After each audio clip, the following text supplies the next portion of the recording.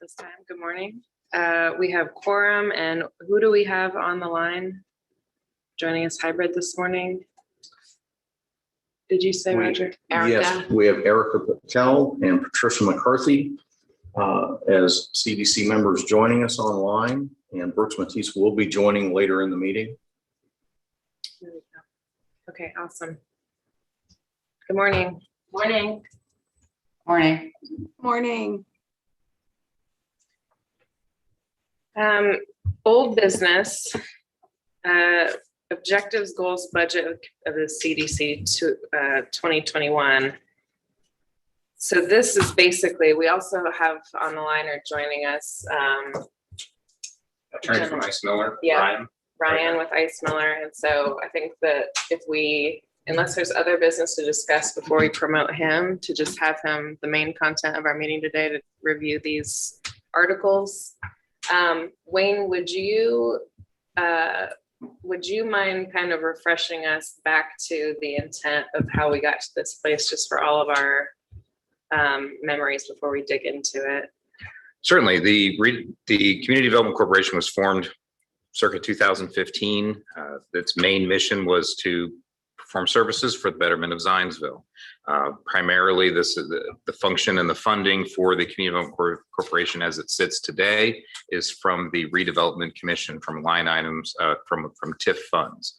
The actions here moving forward are focused on broadening both the reach and the footprint and the structure of the Zionsville Community Development Corporation to facilitate many more activities, some of which we don't even know what those are yet, but certainly it's moving at a minimum to a 501c3 to allow a little bit more flexibility in fundraising, as well as increasing again that footprint and structure. And certainly, as this group recalls, probably just right after the first of the year, this conversation really took off in the form of finding more members, broadening the reach, and changing the format. And so we're here today, working on several months now of creating these documents for consideration. Certainly not necessarily pushing for any decisions today, but certainly your Ice Miller attorney can certainly introduce himself again. He's joined us before and can walk us through the documents.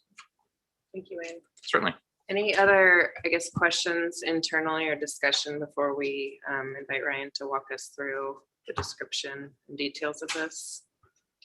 Are we going to continue to have the option to meet via Zoom and in person moving forward? Is that going to be something? I mean, I know that's something we'll address in the documents, but just for our own conversation right now, is that something that's going to continue? Your bylaws and articles day one allowed you to meet remotely. Redevelopment commissions and your group specifically have always been allowed by state law to meet in a hybrid situation.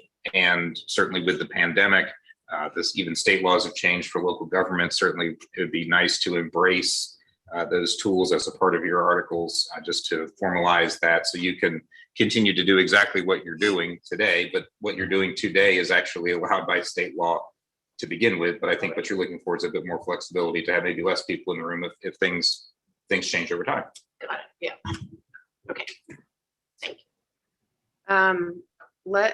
I see we've got Ryan. Thanks for joining us this morning, Ryan. And would you be able to, we have the article draft in front of us, printed out, and does everyone online also have copies of that? I think it was in today's calendar invite or attached. I think it would be helpful. Oh, Kara, ahead. this is Erica. I didn't get any attachments other than the agenda. Yes, this is Patricia. I only got the agenda and I got the budget for ZWorks. Yeah, I got that as well.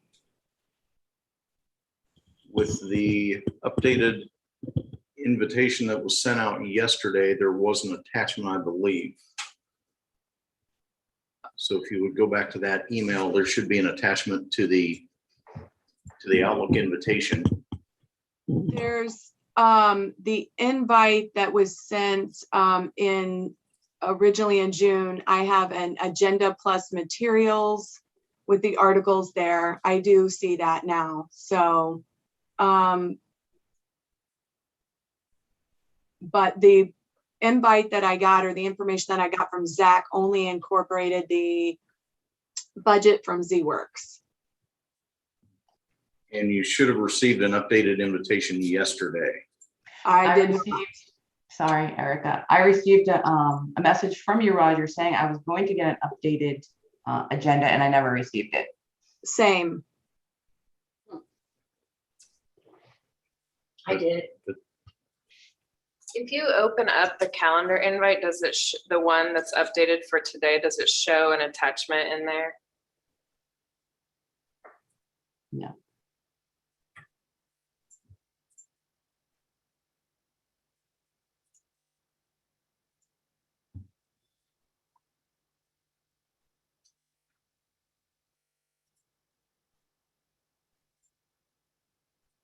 No, it doesn't for either of you. Well, the invitation that I have that came, like I said, back in June, I have I do have an attachment that says, that has the articles of incorporation. Is that what we should have received? It looks like there's a separate invite from Roger just specifically for this meeting today that has a PDF attached embedded within the calendar invite itself. Okay, and what is the attachment? What is the name of it? Yeah. It's the articles, right? Yeah. Articles of incorporation. Yeah. Okay, and then there's a place for us to sign it? No, that's, okay, no, never mind. I see it. Yeah, it's here. Okay. Yeah, it's a one long singular PDF of all the materials for today, and the articles should be in there. Yeah, I think it's like 26 pages. Okay, yeah, that makes sense. I've got it. Okay. So do we all have it available now? I do not, but I can go along. Let's see, I can forward this invite to you again to see if it will come through. Okay. And I did just send it to her Zionsville, Patricia's Zionsville.gov email address. Okay. I can send it there again.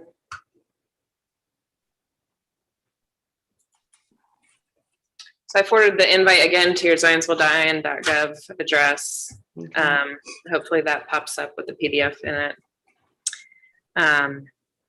While we are waiting for that, Ryan, thank you again for joining us today. Yes, ma'am.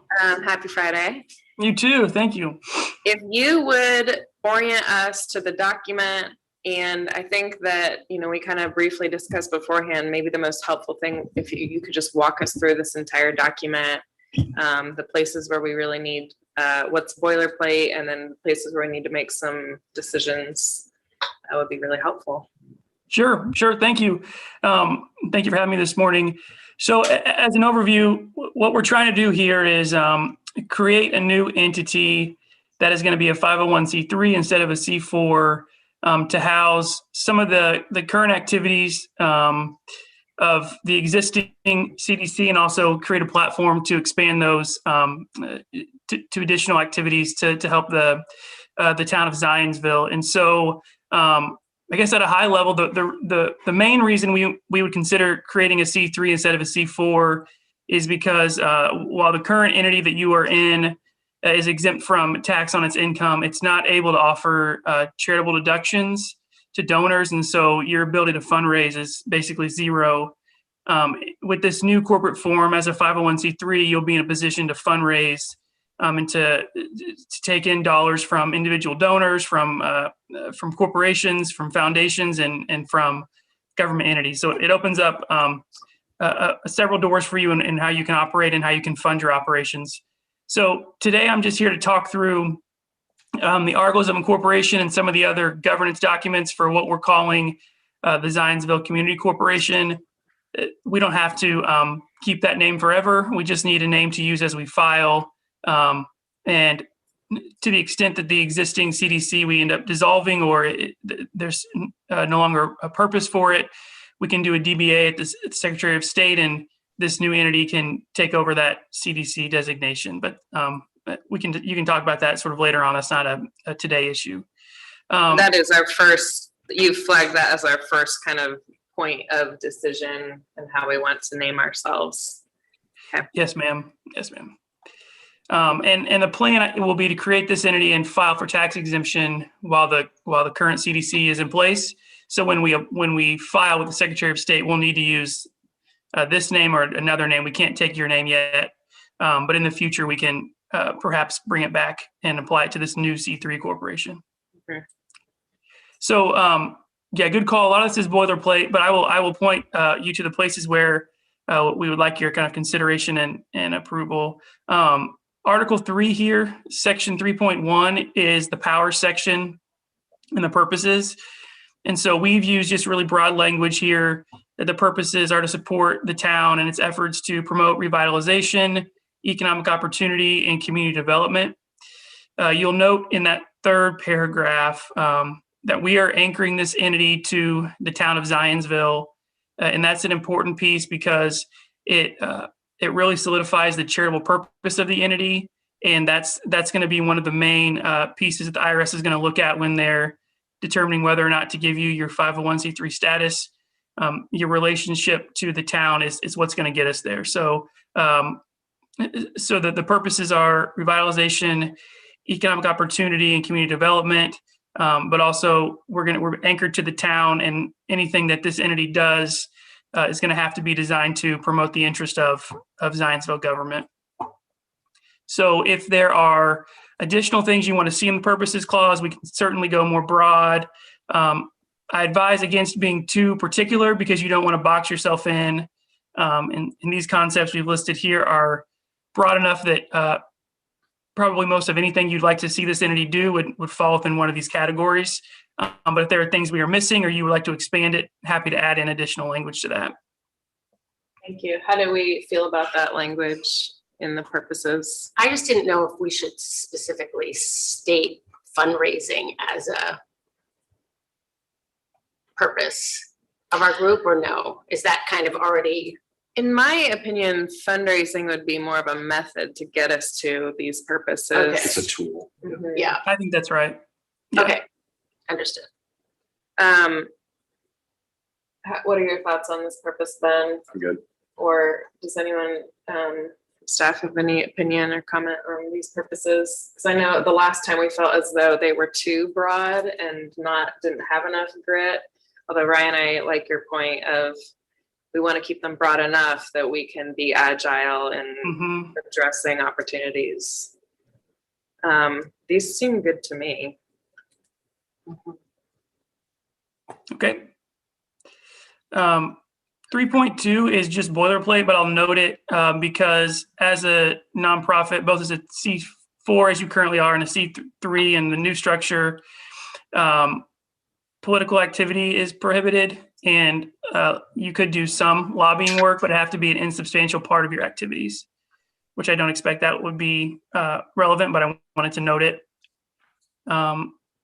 Section Is that 3.2A where you're noting that? 3.2B. Yep. Yep. Thank you. Section 3.3 is just boilerplate. Section 3.4 is prohibitions on activities you would that would be inappropriate for you if you were designation as a private foundation, but that's not the category that we're seeking. So that just a fail-safe provision, but not particularly relevant. On the distribution, so in Article 4, what we're doing here is suggesting that if this entity dissolves, the money would go to the town. But if the town disclaims it, then the corporation would distribute it to other charitable organizations as its board would identify. Quick question, and maybe this is for Wayne. Remind me, who owns the ground at Creekside? Is that the CDC or is that the RDC? The lots themselves that are for sale are owned by the town of Zionsville by and for the benefit of the Department of Redevelopment. Say that in a legal way. Yep. And then the common area is owned by the Community Development Corporation and you have leased that to Parks Board.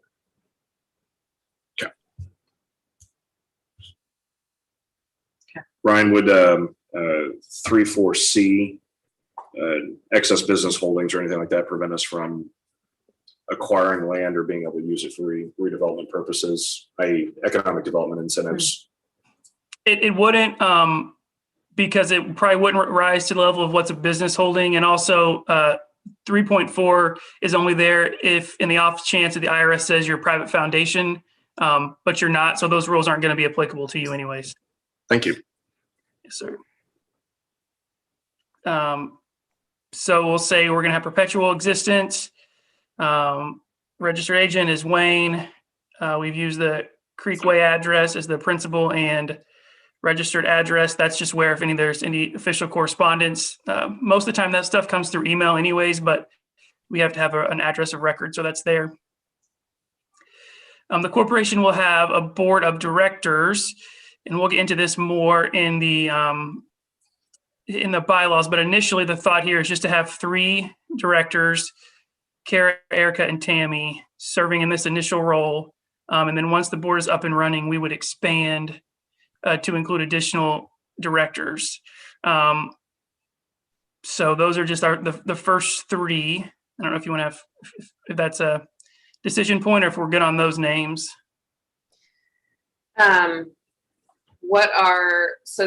Would we have to actually update our articles if we add members? Okay. No, it's just who you have initially is what you list here. And Just then initially. Okay. So we can even immediately get you back to your treasurer role. Okay. I don't see any issue with this strategy. And I certainly just would note for clarity, when we started working on this a few months ago, a member was moving to a different group. A new member who's on the call today was not even on the radar at that time. And so the names that you see in this document are a reflection of who was available at that moment. And these names can be as little as thought of as placeholders. Certainly it's in recognition of that person and their presence on the CDC, but certainly staff wasn't making a decision on who went in what spot. It's again, conversation. And I notice in this instance, and I think later on maybe, but it's not even listing titles at this point in the document, right? So that seems fine to me. that's okay. Okay. And if we want to, and I think one on timing is a good one, soon after we incorporate, we're going to have to be an 11-member board because that's what our bylaws provide. And we can get to that in a minute. So if we have those names ready before we file the articles, we can certainly list all 11 in that document. That's just a preference thing for you to decide. It doesn't really matter either way. Have we ever had 11 people? No, we've never had 11. No. I think we've had 7. Okay. Sound right? Yeah. Okay. And then this last provision here is indemnification. And this just notes that if any of you as individuals are brought in, named in a lawsuit because of the actions of the entity, that the entity would cover your legal fees. So that's just standard protection we put in all of our documents.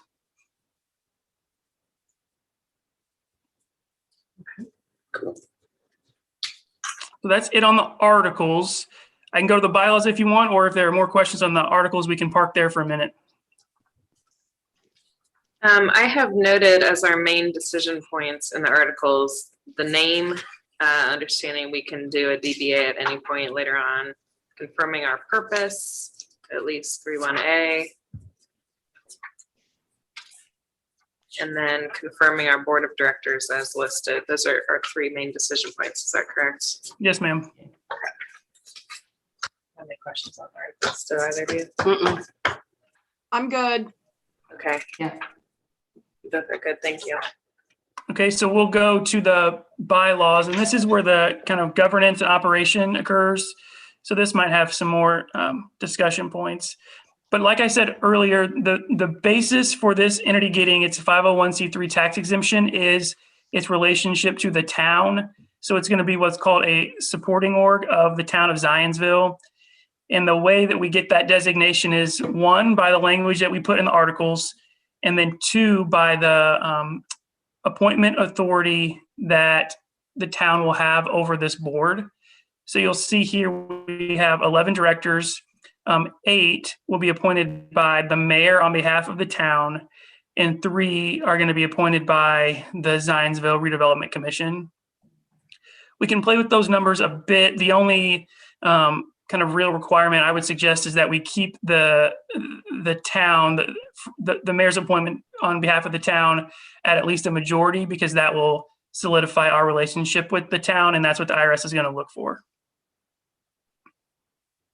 Okay.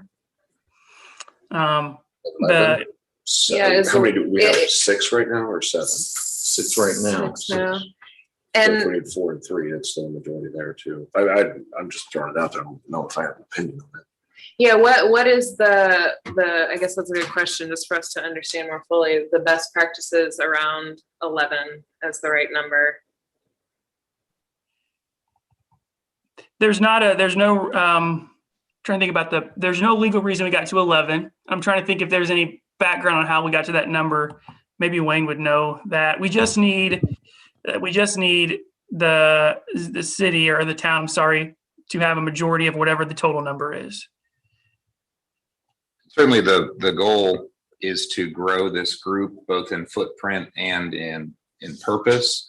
And certainly the diversifying the makeup of this group, making sure that's, excuse me, it's as representative as it can be across our 67 square miles, I think is part of the reason why we landed at a larger number. Is there any downfall for the larger number that anyone can see or challenge with it? Quorum. Quorum. Yeah, that would be my only concern with it, just to get more people coordinating that many schedules. Well, yeah, that's what I was thinking too. 11 people, that's a lot of people to, I mean, most of our meetings, not everyone is in attendance, and we only have had, 7 at the most. So in order to get all 11 in attendance, I mean, and maybe 11 is good because it'll give us more opportunities for more people to be present, but I feel like 11 is kind of a big number. But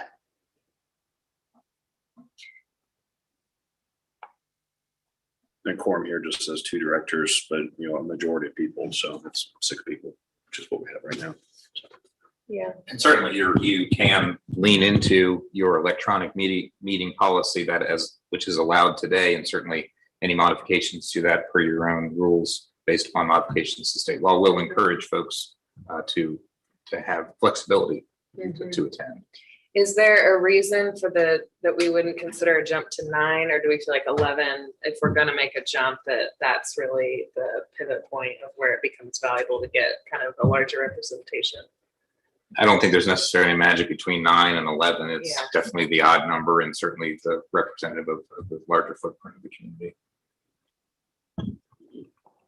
Okay, maybe we will note that as our decision point here. Any thoughts, Erica or Patricia, on that note? Oh, I just reiterate that 11 may be challenging with schedules, but if like Roger said, we still have this flexibility to do Zoom, quorum may not be an issue. Yeah, I think And as long as we can do it remotely as well, 11 should work.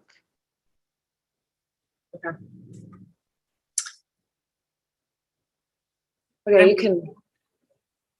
Okay, so the other provisions here are just that the entity that appoints a director, so the town or the redevelopment commission can also remove that director if there's a reason to, and if there's vacancies, that original appointing entity fills the vacancy. In section 1.5, we talk about meetings, and here the nonprofit statute requires that the entity meets at least once a year to do officer elections and sort of core business. That wouldn't be a problem because I'm sure you guys meet. You have your annual meeting anyways, but just to highlight that. And then the regular and special meetings are kind of regulars of sort of what's on the calendar, the monthly or the bi-monthly, whatever that schedule is. And special meetings are ones you would call in the event that something extraordinary happens or there's an event that is timely that you need to address outside of your regular scheduled meetings. So we just contemplated here a calendar where you would provide directors with the schedule of the meetings for the year. And if there's a need for a special meeting where it wasn't on the calendar already, you would just provide 48-hour notice to the directors. Section 1.6, we talked about the ability to participate virtually. The only rules here are that in order for a meeting to be valid, the directors have to be able to hear each other and communicate. And so Zoom or a conference call would satisfy that. 1.7, we've talked about quorum. It's a majority, but in no event less than 2 directors. So for you, if we did 11, it would be 6.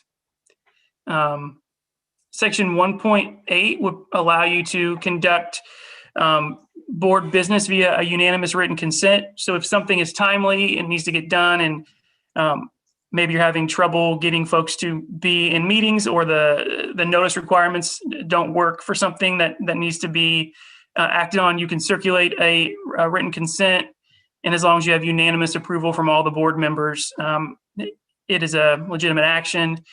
And Section 1.8B allows us to use email and texting and other forms of electronic communication to get the signatures and the consents of each director. So there's a lot of flexibility to take action outside of the boardroom. Yeah, that's nice. 1.9 provides for the creation of committees if you so choose. If a committee is comprised exclusively of directors, then it can take board action. If a committee is comprised of directors and also outsiders, then that committee would need to come to the full board for approval for whatever its recommendations are. It can't act on its own. We've anticipated a president, vice president, secretary, and treasurer. The statute requires president, secretary, and treasurer. So to the extent you'd want to remove the vice president, we can do that.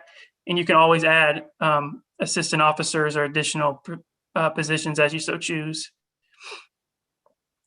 And Article 3, we just talked through the general duties of the officers, and those are kind of boilerplate and what you'd expect. Fiscal year. So now I'm on Article 4. The fiscal year is the calendar year, and if there's a reason to change that, we certainly can to align with whatever kind of accounting maybe the city or the town does. That is how the town works, right? Fiscal aligns. Yes. Yeah. What about going back to how the members are chosen, mayor's office versus RDC? We've got the removal section in there by the board of directors. Can that change at any point in time then by the person that assigns that? Can you say that again? I'm sorry. Yeah, sorry. So in the earlier section, the mayor appoints 8, according to the laws right now. The 3 are from the RDC. Under the removal section, it says the board of directors is the ones that can remove, but can whoever appoints those positions, can they also remove? What number, what section are you looking at? 2.4. Oh, that's for, okay, sorry. Yep. So this is for the officer. So your spot as a director can be, you would only be able to be removed as a director by the entity that appointed you. So the RDC could kick you out if they appointed you or the mayor. But once you're a director and the board appoints the officers, then it's the board members who can remove the officers. Okay, so that's more internal. Yes, yes. But if you were removed as a director by the mayor or the RDC, then you would no longer be a director, so you wouldn't be able to be an officer. So if you were a director and an officer and the mayor kicked you out, you would lose both of those spots. Gotcha. Thank you. Does that make sense? And as an officer, you're reassigned or reappointed each year? Yeah, I think we did annual elections. Let's see. Yep, 1 year. So that'd be part of the annual meeting would be to elect the next slate of officers.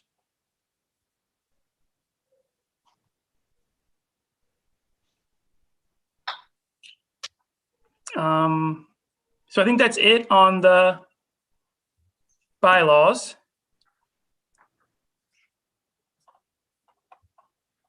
So if there aren't any questions, I can go to the next policy if you like. So do we need to make a decision on the vice president role? I think so. I mean, there's no harm in having it. It's just not a requirement. Mhm. I think I'm fine. I don't know if we want to make a decision. I think we need to kind of gather all our decisions together for Mhm. recommendations, but any questions on that strategy internally? Okay. So the next policy is just the conflict of interest policy, and this is something the IRS wants us to have. And there's nothing really unique or interesting about this. It just says that if as a director you have an interest in something that's coming in front of the board, so there's a conflict there, and you have to balance your interest as a director and your interest as an owner in a company or relation to a person who's maybe up for a grant, et cetera. There's a disclosure and recusal requirements that you would expect anyway. So there's an annual statement here. If you kind of go, so let's see on page Exhibit A, where each year at the annual meeting, directors would read through this, and if they have a financial interest in an entity they think may be doing business with the new nonprofit, they would just disclose that in that policy so that the board has an understanding of kind of the landscape. And then kind of going forward, if there are ever any decisions that come before the board where you have a conflict, again, it's just you disclose it and then you recuse yourself from the decision-making process. So this only happens on an as-needed basis, this conflict of interest statement, or were you saying that this has to be on file annually? So we adopt the policy, and then each year the directors fill out that Exhibit A for just what they know of, so that there's like a time for an annual disclosure, and then there's the case-by-case disclosure going forward. So we would just circulate that the statement each year, and you would list out any financial interest you think you have that would be relevant to the nonprofit, and then we would disclose those and retain those and keep those on file. Okay, but certainly if something came up that we didn't foresee, we could then update it. Right, that's exactly right. All right, cool. Thank you. Mm-hmm. And then the next policy is the executive compensation and intermediate sanctions policy. So the intermediate sanctions rules in the 501c3 world require that any time there's a transaction where an insider, so just think about yourselves as directors and family members, would be receiving a benefit. So if they enter into a contract, something like that, where there's cash flowing from the nonprofit to this insider, it has to be fair market value. And if it isn't, there's a penalty tax on the insider that receives the money and on the nonprofit. So we want to be really careful here and not violate this policy. And so basically, just as a high level summary, if we're paying someone who's on this board, if we're entering into a contract with a board member spouse, those kinds of things, we would need to make sure that in the compensation context, we're comfortable that this is reasonable compensation that we could put in front of the IRS and convince them it's fair market value. And if there's a contractual relationship, we'd want to be able to have data points to show that the terms of the contract are reasonable and reflect fair market value too. So I don't know how much this policy will come into play just operationally with what you anticipate doing. But to the extent that it does, we'll just want to have it adopted and handy so we can walk through it if there are potential issues. Ryan, is there any way that you could give us like an example of where this would come into play? Yeah, so if you're managing the Creekside Park, and I think that's the right name for it, and you're looking for a vendor to do the landscape, and Tammy's husband, yes, pretend yes, owns a landscaping company. yes, and so if we hired him and the going rate to mow a lot is $10 an hour, but we paid him $30 an hour, and the IRS got a hold of it, then the $20, so the difference between what he should have got paid and what he did get paid, there's a tax on that her husband have to pay out of his own pocket. And then this entity would also have an excise tax as a punishment for engaging in that transaction. So we just need to make sure that before we hire someone's husband to mow the yard, we have a good, we have good data points on what the going rate to mow a yard is. But also like with the grants that we gave out earlier this year, if somebody's spouse owned one of the business or had an interest in one of the business, would that just mean you'd have to recuse yourself from the vote? That's a good question, because it's usually these are in compensation and contracts, and that would be a grant. So it'd be more like a charitable part of your charitable activity. I would think we'd want to avoid it. If perhaps the grant was to pay for a marketing, there's a business that's hiring a marketing company and that's part of their exhibit. Mhm. Maybe that is. I think that's right. And the marketing person is owned by Right. CDC person. Yeah, I think that's right. So and it's a good point to raise. We'll want to be really careful when we're giving out grants to for-profits to make sure that we're following both of these policies, because charities giving out money to businesses is certainly allowed in certain contexts, like what we're doing here, but it's also something the IRS does kind of watch more closely than other activities. So we just want to make sure we've got everything buttoned up when we engage in that. Here's a scenario, and I don't mean to be cute with scenarios, but let's say we give a grant for a company to expand, and they are hiring some high schoolers, and my son is getting hired in this, let's say Scoop is expanding and we want to give them a grant, and they're hiring kids. Where is that? I don't want to I know that there's probably blurriness, but where does that fall? Yeah, I think the issue would be more if you had a business interest in Scoop. So if you, the only financial money flowing to your house is your kids $10 an hour scooping the ice cream, that probably doesn't raise to the level of the type of business interest that would create a legitimate conflict. But I think that's come up with me before, like when we gave a grant to one of my clients. And I think, I don't remember if I didn't vote on that or I not. think you did. I think you recused yourself. Recused. Okay, yeah, but I mean, is that something because that could happen more Right. frequently than, Especially when we get to 11. I think Yeah. you're right in not participating in the vote. I think that's right. I think that's always kind of the cautious approach to take. Yeah. Because it's the most conservative thing you can do, and you've kind of taken yourself out of the business. And if we are a large board and you're one of 11, and you recuse yourself, it's not like you would be able to have much influence over that decision anyways. Whereas if we were 3 members, you might have more sort of a heavy hand in it. okay. So that's that policy. And then the final document is a written consent that approves everything we've talked about. So it would adopt the bylaws, it would adopt the intermediate sanctions and the conflict policy.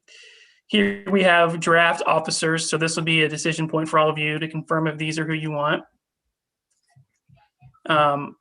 Designate Old National Bank as your bank and allow the president, vice president, and treasurer individually to sign checks and engage with the banking institution. There's a section here about purchasing director and officer liability insurance, and that's something you'll want because there are fiduciary obligations, and then there are some risks, of course, that come with being on a board. So you'll want there to be, you want to have an insurance policy in place. I would assume you probably have that with your current CDC, but you just want to talk to whoever your broker is to figure out the best policy for the new entity. What does that cover? I'm not familiar with this version of liability. So at a high level, there's a lot of protection statutorily for nonprofit directors because you're doing this out of the goodness of your heart. And so the state protects you from lawsuits that might come against the entity or the board. This protection would just come in to fill the gap if ever there's something where the court says you don't qualify for the statutory immunity because you didn't act reasonably or in good faith or whatever, then the insurance would potentially kick in there and step in. Somewhat an umbrella policy. That's right, for like the governance level stuff, yeah. And I can connect you to some people if that's helpful, if you don't already have a broker in mind. I'm happy to put Wayne in touch with someone. And then the next is just I would say authorizing this us group is- to, I'm gonna say this group is currently insured. We can certainly check in with Zionsville Insurance for additional coverage. Okay. And that would just increase the cost of that insurance premium with the sidebar board. Okay. I'd be curious what that premium is, just. Currently, the premium is $850 Annually. annually. Okay. Sorry, Ryan, go ahead. no, that's good info to have. The next section is authorizing the state and federal tax exemption applications to be filed. And we are still working on that, and we'll circulate that to the board before we file, if you'd like us to, just to get your comments on that. And then we ratify the acts of the incorporator on the next one, because there's a gap between the things we're doing now before the entity is formed, and then the moment the entity is formed, the corporation becomes the entity that could be sued, or they could be on the hook if things go wrong. From the time that we start working on this until that's formed, that liability lies with the incorporator. And so this is just a formality to ratify what the incorporator did and get them under the umbrella of the corporate structure. So that's totally standard too. And the last provision just talks about the counterparts of the consent.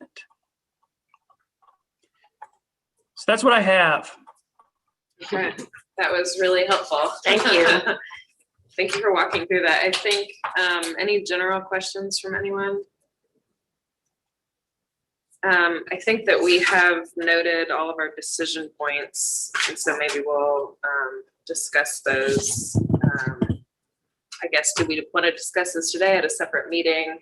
What's the best way to proceed in that, Wayne, given our larger timeline? Yeah, and I think that's a great leap off point to maybe another conversation first, is that timeline, and certainly what actions the town of Zionsville needs to take, what resolutions would need to be signed and approved by what bodies, and certainly, and let's pause there and kind of talk through what those other steps are. It's a good, thanks for that. That was a really good reminder. The other thing we want to have before we file our application to the IRS to show the connectivity between the town and this new entity is a resolution by the town council that we would outline the purposes of this entity and have the town council sort of bless it and say, yes, what you're doing is in furtherance of the Zionsville mission. And that's going to carry a lot of weight in front of the IRS. It's kind of a belt and suspenders approach.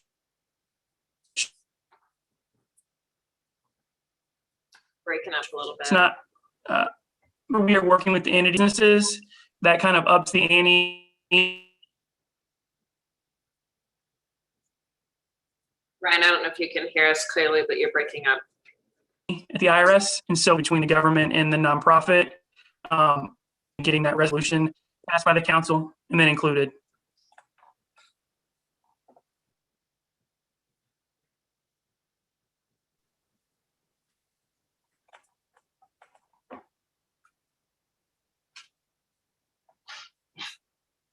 Ryan, it seems like you're saying very important and smart things. Unfortunately, we can't hear those things. So if you can hear us, we trust what you said was really smart and helpful. Let me dial. Can you hear me now? Yes. Let me dial in. Your video still looks glitchy, but we could hear your voice right Now now. you can't hear me? We can hear you right now. Okay. Okay, I'm gonna dial in. So I think. Just say it might help if you turn your camera off. That may help your bandwidth.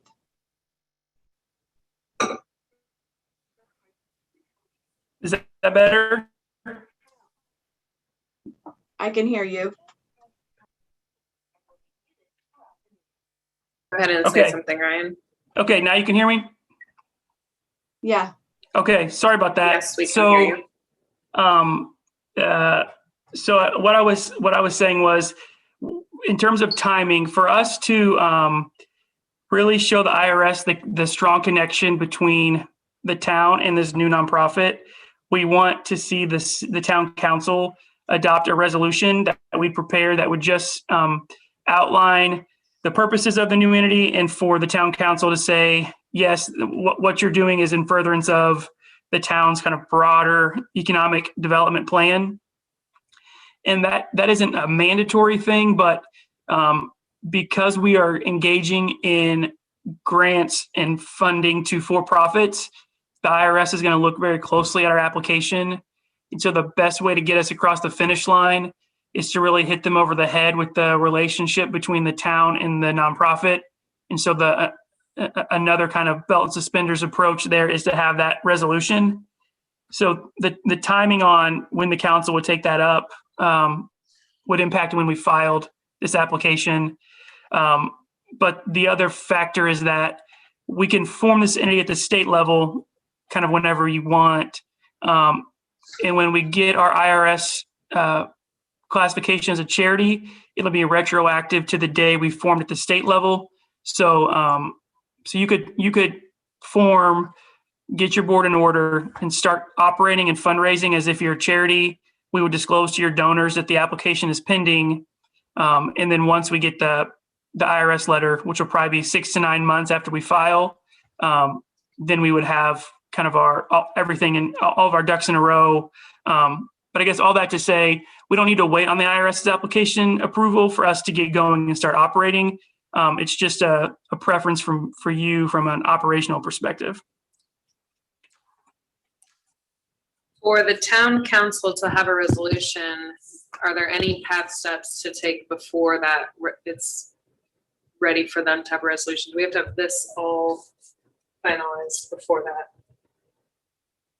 Yeah, certainly the expectation of that elected body would to have these documents in their final form. Certainly the town council meets 6 times between now and the end of the year, not counting Monday. And there's a process on placement on an agenda. And so we would, target a specific agenda, either an evening meeting or a morning meeting. Certainly there's a couple things going on with the budget time. There's items that are on their agenda. And so I don't know offhand exactly when their first available moment would be to hear this, so to speak. But yeah, we can talk through all those points. Yeah, maybe if we can target whenever our ideal date is for them, and we can work backwards and figure out how we internally make all of these decisions. Yeah. I know it feels kind of far away, but honestly, the end of the year seems realistic. By the time you get through these different steps, get on the agenda, give some time with that conversation, set these things up, it could take that long, given everything else that we're working on at the same time. Okay, and then presumably we would file with the state in early 22, right after we have that resolution. Is that timing? Yeah, I don't know what Ryan's thoughts are, but it could be that we file before the end of the year and have that hard start date as to match the fiscal date. That could work out fairly well. But we want to file after we have the town council resolution, correct? We want to file with the federal government after the resolution, but you can incorporate with the state anytime before that.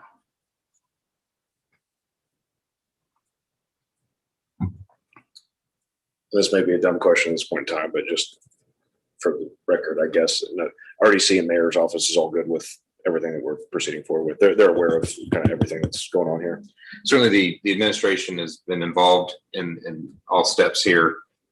I have not brought this topic up to the redevelopment commission in quite some time. This is the first time we've seen these documents, so we'll be quickly updating the groups that are involved based upon today's conversation. Because that's where we get our funding from, correct? Correct. RDC. Correct. Okay. Yeah.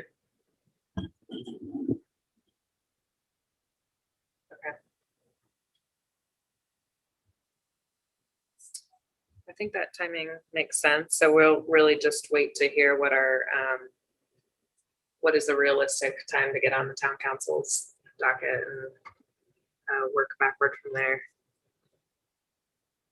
Okay. Any other questions for Ryan on this group, from this group?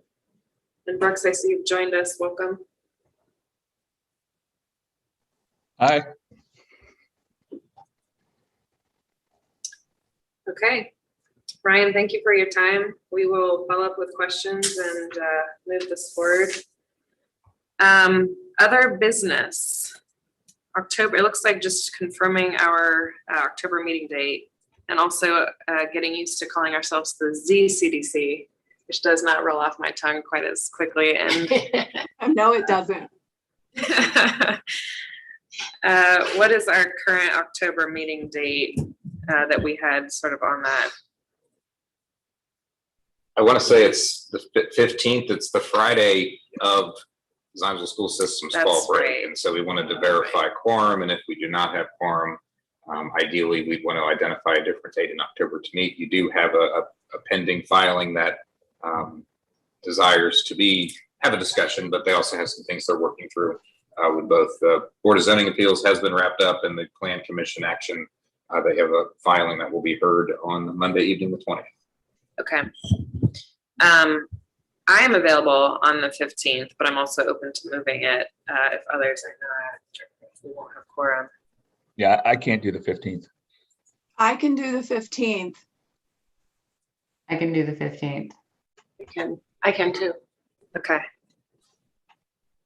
Well, I'm glad we get to keep the 15th date, but I'm sad that not everyone's going somewhere very exciting and thrilling.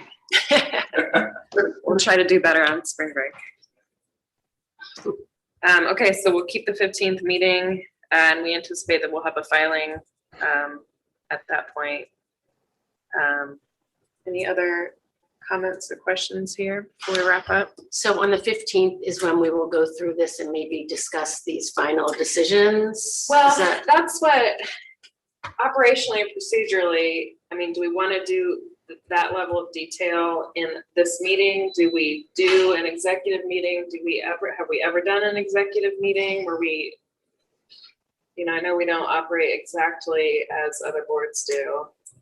And certainly, Ryan, you can give some guidance here, but certainly this group could assign this to a committee and have it tackled that way and come back in October and present sort of that final. This group could also have another meeting just like this. You could call this an executive meeting per se. Certainly it's up to the group. But Ryan, what do you see as normal practice or standard practice? Yeah, I think sending it to a committee makes sense, and then having them kind of send up their final recommendations for the board to sign off. I think that's probably the most efficient way to handle it. Okay.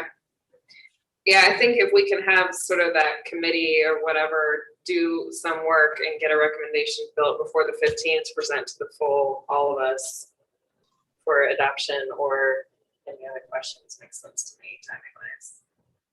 Question is who is on the committee? Right. So let's have another meeting to determine who will be on the committee. And Wayne, I know historically we've performed meetings in very much the same format as, have there been public notices for ZCDC meetings? We treat this body as if it is a public body of the town of Zionsville. Will that continue under this new format? I see doing it no differently. Okay. It is the best practice for the staff to just continue treating and noticing this group just like any other public body that the town has formed under its governmental structure. Legally, we're not required to do that, but we can do that just out of practice. Well, you're asked a legal question, and so certainly Ryan, if he wants to chime in, can certainly do that. But I'm good with that. as a different body. We've always treated you as if you're under the governmental structure of the town of Zionsville, and we've always noticed your meetings. Your meetings are listed on the town's website. We certainly in the spirit of transparency, you could always do more, but there's a lot that we're doing already. Sure. I think that if we gain interest here of who wants to be involved, like if we schedule some meeting in the next couple weeks to work through the details here, and then anybody who does not want to be involved on that committee meeting can leave, but then those who do can attend, and we can schedule around those who attend. And then that we don't need to advertise, presumably. Number one, I know we don't legally need to, but secondarily, all the recommendations will come forth then at the October 15th meeting.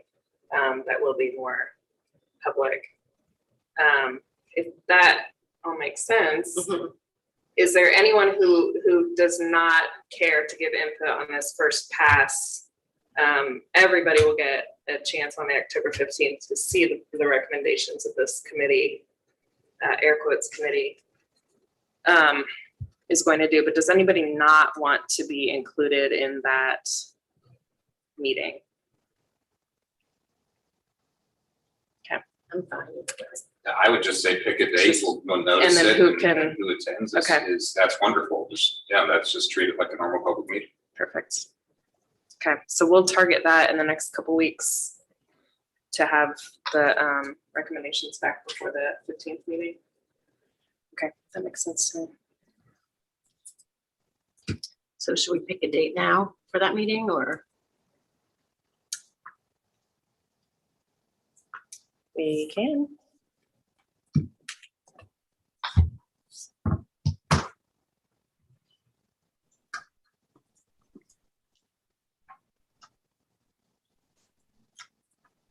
So if we look at the week of starting Monday, the 27th,